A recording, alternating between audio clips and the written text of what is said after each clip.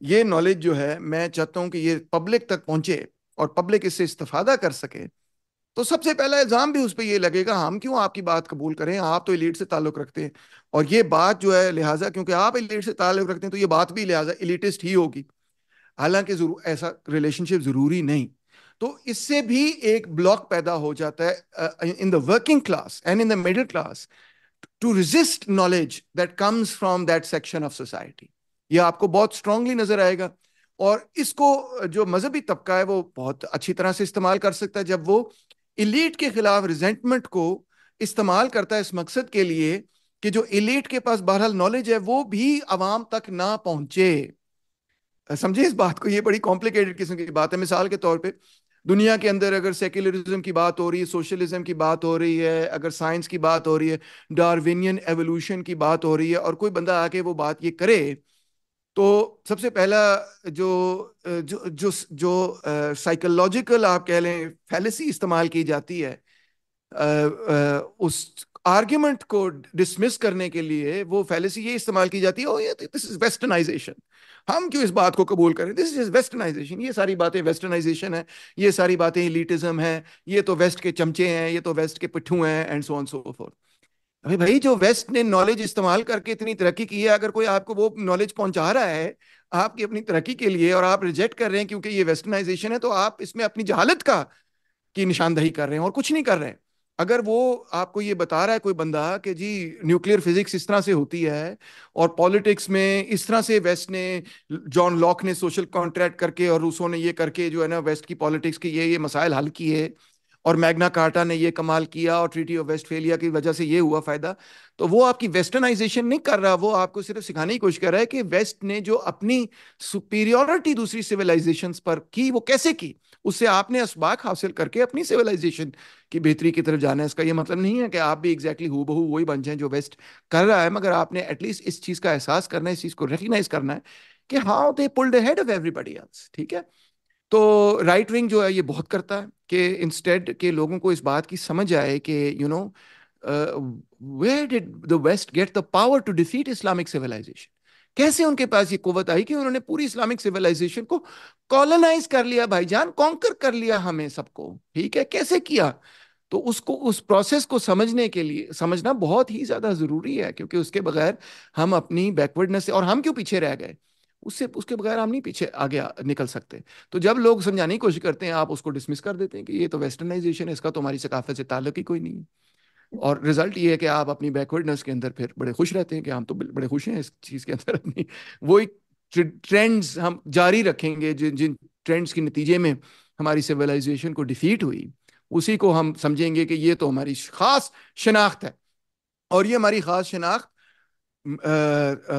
ایک سویلائزیشن کے حوالے سے بھی ہے, اور اس سے زیادہ امپورٹنٹ ہماری یہ شناخت ایک طبقے کے حوالے سے بھی ہے کہ ہماری شناخت یہ ہے کہ یہ ایلیٹ جو ہے یہ تو ساری سیکولر اور ویسٹرنائزڈ ہے, اور دیکھیں ہم تو بہت مذہبی قسم کے لوگ ہیں اور آرتھوڈاکس مذہبی قسم کے لوگ ہیں. اس میں بھی ہم غامدی اسکول فراہی اسکول کو نہیں ایکسیپٹ کریں گے. ہم ایکسیپٹ کریں گے تو سب سے زیادہ جو آرتھوڈاکس قسم کا پوائنٹ آف ویو ہے اس کو ایکسیپٹ کریں گے, کیونکہ یہ ہماری طبقاتی شناخت کا ہم اس کو اسرٹ کر رہے ہیں ایک حصہ, اور ہمیں ایسے محسوس ہوتا ہے کہ اگر غامدی صاحب ہمیں سکھانے کی کوشش کر رہے ہیں کہ ایسے نہیں تھا ایسے تھا, تو نہیں نہیں نہیں یہ تو کوئی لبرل ایجنڈا ہے جو کہ اسلامائزیشن اور غامدی صاحب کے اسلام کی انٹرپریٹیشن میں ہمیں جو ہے وہ ویسٹرنائز کرنے کی کوشش کر رہا ہے یا لبرلائز کرنے کی کوشش کر رہا ہے یا ایلیٹسٹ بنانے کی کوشش کر رہا ہے, وچ is obviously absolutely incorrect.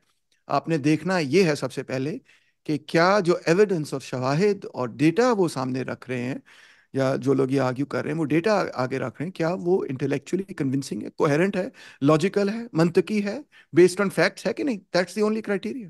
Doctor صاحب ہمارے پاس جو وقت کے دامن میں 4 منٹ ہے جو ہم نے ڈیسائیڈ کیا تھا، میرے پاس دو بہت کوئک سوال ہیں، آپ جواب دیں اور پھر ہم اس کو ختم کرتے ہیں. وہ یہ کہ اس پوری سچویشن میں جب ہم الیکشنس کو کور کرتے ہیں، خاص طور پہ رپورٹرز جا کے ایڈیٹرز، تو ہم یہ بات کرتے ہیں کہ یار اگر میں سائیکل پہ ووٹ لینے جاؤں نا تو عوام نے مجھے، وہی عوام جو پسی ہوئی ہے جو شاید خود سائیکل پہ جاتی ہے، جب تک میں بھی گاڑی میں نہیں جاؤں گا تو اس نے مجھے ووٹ نہیں کرنا.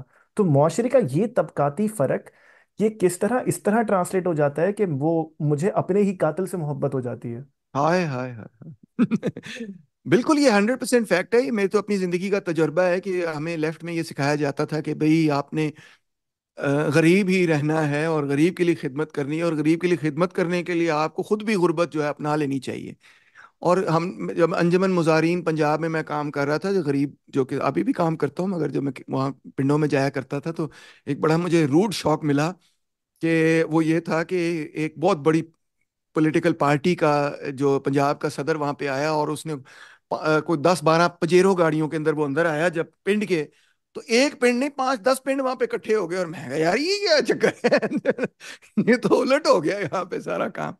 تو اس کی وجہ یہی ہے کہ جو طاقتور ہے نا، بہرحال اس کے پاس، بہرحال آپ کو سماجی تبدیلی کے لیے ایک چیز کی ضرورت ہے، اس چیز کا نام ہے طاقت۔